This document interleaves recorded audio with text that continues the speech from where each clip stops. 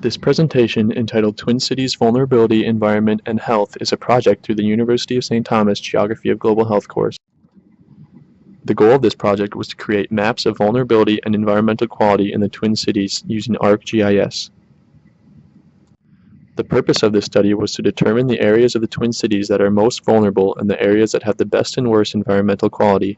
From the correlation between vulnerability and environment, we can generate insights relating them to health implications and overall injustice in the Twin Cities area. Specifically, the environmental quality of an area has shown to impact the health of individuals. The idea of nature deficit disorder hypothesizes that individuals, children in particular, are not experiencing the natural world as much as their ancestors did. Lack of experience has shown to have detrimental effects on individual education and health. Biophilic design and green facades allows urban environments to integrate aspects of nature into building components. Making a more natural space has shown to benefit work and hospital settings. Finally, trees are very valuable for environmental health, but their pollution removal qualities has saved many lives. Although not an official disorder, psychologists like Richard Louv recognize that humans, especially those in urban environments, do not engage with nature as much as their ancestors. Louv indicates that this deficit has negative effects on education and health. For example, students in environmentally based education outperform peers in traditional classrooms. Science test scores increased 27% when schools adopted outdoor science projects. Also, researchers found a reduction in ADHD diagnosis when children are engaged in nature often. Contrarily, when outdoor activity declines, there is an increase in individuals with vitamin D deficiency and myopia. Similar to the biophilic argument, Louv found that there was an association with higher neighborhood greenness and slower child body mass increase. Unfortunately, many school designs discourage nature with windowless classrooms, banishment of animals from the classroom setting, and limited recess and outdoor activity. Biophilic design is an innovative way of designing the places where we live, work, and learn. Humans are inherently tied to nature in a deep and fundamental fashion, but we have often designed our cities and suburbs in ways that both degrade the environment and alienate us from nature. By reintroducing aspects of nature into architectural design, many positive results may be seen. Judith Heerwagen from the University of Washington explains that nature's benefits are intuitive and emotionally tied. Contact with nature is not just an amenity, but our evolutionary background depended on contact with nature, and that dependence is still powerfully responsive. Work environments that have adopted biophilic design have shown more relaxed but more productive employees. Even outside of work, biophilic design components have improved mood and reduced stress. Heerwagen states that enhancing the individual connection to nature is necessary for creating sustainable mentality, conscientiousness, and action towards environmental improvement. Hospitals have also benefited significantly after integrating these design concepts. Patients were shown to recover faster, have less pain, and used fewer analgesics when their rooms were brightened by the sunlight and they had access to natural scenes. Mark Otelli agrees that connection to nature on a daily basis reinforces the values of respect and care for the environment. His research shows that vertical greenery has more than just psychological benefits. Green facades insulate buildings by reducing ambient wind speed, contribute to increased biodiversity in that environment, and reduce air pollution by absorbing fine dust from the air that is otherwise inhaled and detrimental to human health. Plus, green facades are aesthetically pleasing to most humans, so integrating green facades into design may be inherently beautiful, yet functional. Trees are universally known for their supply of oxygen for our survival. However, they also take pollutant material out of the air, thus improving our lives.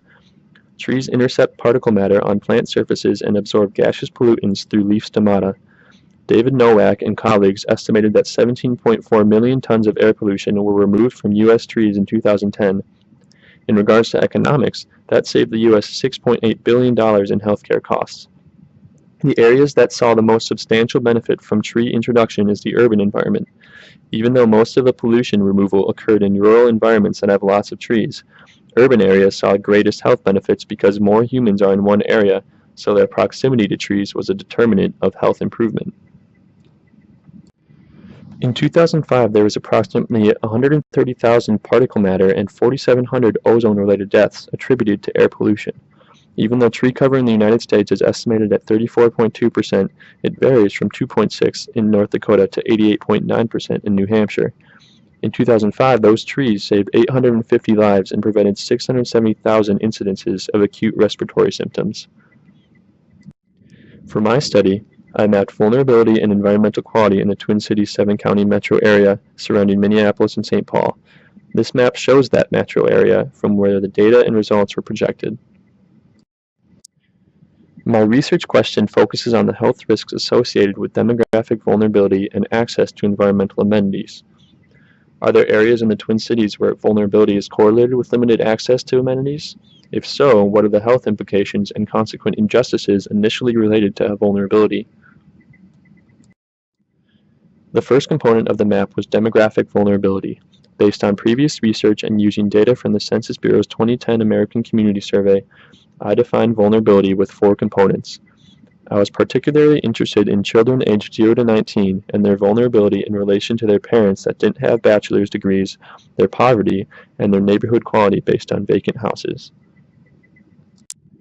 This is the vulnerability map I created that was used to visually represent the vulnerability components through GIS mapping. As mentioned, 4 variables were selected in order to define vulnerability in the 7-county metro area. Using the Feature to Raster tool, numerical data in the American Community Survey shapefiles were converted to rasters. The variables that were originally numerical data were converted to percentages of the total population. Rasters were classified so that all data would be on the same scale. We used the raster calculator tool to make an equation that combined all components to one map. Percent in poverty was deemed the most important factor for vulnerability and therefore was counted twice. The resulting vulnerability map shows the spectrum of vulnerability in the Twin Cities area. Areas in red indicate the most vulnerable places in regards to children, poverty, educated adults, and vacant houses. Areas in green show the least vulnerable populations in regard to those 4 components. Cityscape icons show the downtowns of Minneapolis and St. Paul. Most vulnerability appears in swaths around these downtowns. Surrounding the city and in suburban settings, there is less vulnerability until you reach the farmland and outer regions of the 7-county metro area. I also analyzed environmental amenities in my project. I defined environmental amenities in relation to recreational and urban natural space. I used data from NCLD 2011 and Metropolitan Council's Lakes and Rivers data, Parks and Recreation data, and Land Use 2010 data. I chose 5 components to represent environmental amenities, which included trees, undeveloped land or open space, lakes and rivers, regional trails, and parks and recreation space. This is the model I used to create a map which shows access to environmental amenities in the Twin Cities. Using Feature to Raster, I created a cost raster which assigned values to land features based on their potential for mobility. From there, the cost distance tool was used to determine how easy or difficult it is for individuals to access undeveloped space, parks and rec, and regional trails based on their proximity initially. Here you can see in detail how the cost distance tool calculates the least cumulative cost to travel through each cell to get to the nearest source. As described, the Feature to Raster tool created a cost raster that assigned a cost to each cell as shown in the multicolored table. Cells assigned a 1 indicated the area is easy to travel through, like a road or highway. Higher numbered cells are more difficult to travel through, like lakes or swamps. The resulting cost distance tool then indicates the cumulative difficulty that someone may have when traveling from one cell on the map to the source, which in this case is environmental amenity. Cost distance maps were reclassified so that all results are on the same scale. Then standardized data was input into the raster calculator. Access to trees, lakes, and rivers were considered negligible because individuals may not travel to a tree or water for recreation or health benefits, but proximity to them has health advantages physically and psychologically. Access to regional trails was considered least important in relation to the other components, since regional trails limited the data to only a few trails in the metro area, and other recreational options were more representative and likely for vulnerable populations. In the resulting map showing environmental amenities, red areas indicated where there is less environmental amenities, and green areas indicate more amenities. The result is almost a spiderweb effect, due to the many lakes and rivers running between and around the 2 downtown city centers. Still, some access difficulties are present around the city centers, and suburban lands seem to be characterized by average amenity access and better access over a larger area compared to city centers. To complete this study, I analyzed the correlation between vulnerability and access to environmental amenities. This correlation was analyzed on a municipal and a neighborhood scale.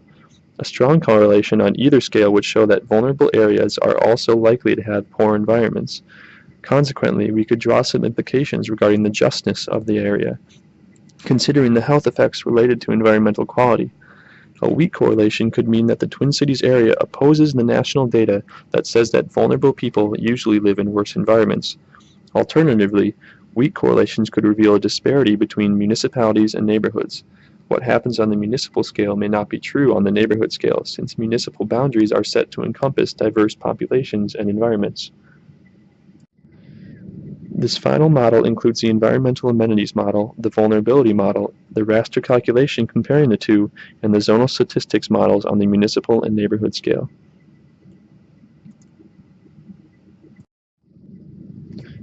This map shows the result of the raster calculation that combined the vulnerability map with the environmental amenities map.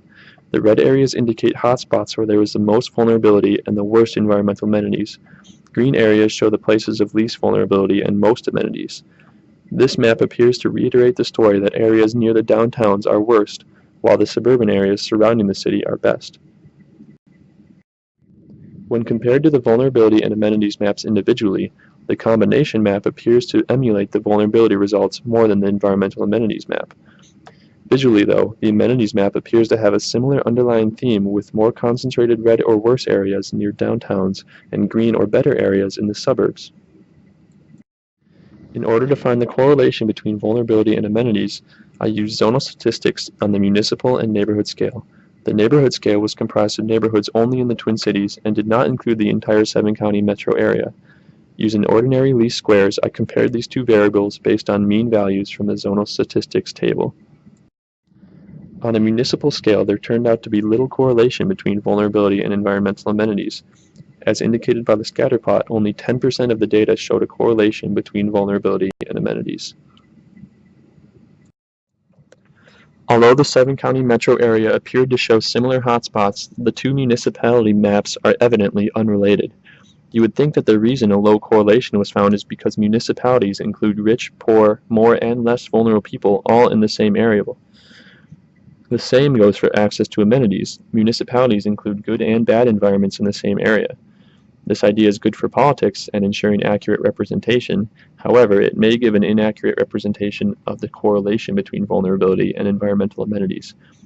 If you look at the relationship on a smaller scale, like the neighborhood scale, that may change the story and show a greater correlation between vulnerability and environmental amenities. Based on national statistics, we can predict that the more vulnerable areas will have worse environments. This is partially because poor people must live in cheaper housing, and housing values decline when an area lacks environmental amenities. Upon zooming into the neighborhood scale, there is even less of a correlation between vulnerability and environmental amenities. In fact, there is a negative correlation on the neighborhood scale. This result opposes national data and negates the theory that municipal boundaries inaccurately represented reality. A negative correlation tells us that with respect to the chosen components of vulnerability and environmental amenities, Minneapolis and St. Paul are fairly just cities. Vulnerable people are as close to environmental amenities as non-vulnerable people, which is good news for the Twin Cities. By looking at the environmental maps again, it becomes clear that the geographic location for the Twin Cities favors proximity to amenities, whether in the city or the suburbs. For instance, the Minneapolis River winds through both city centers and lakes freckle the landscape.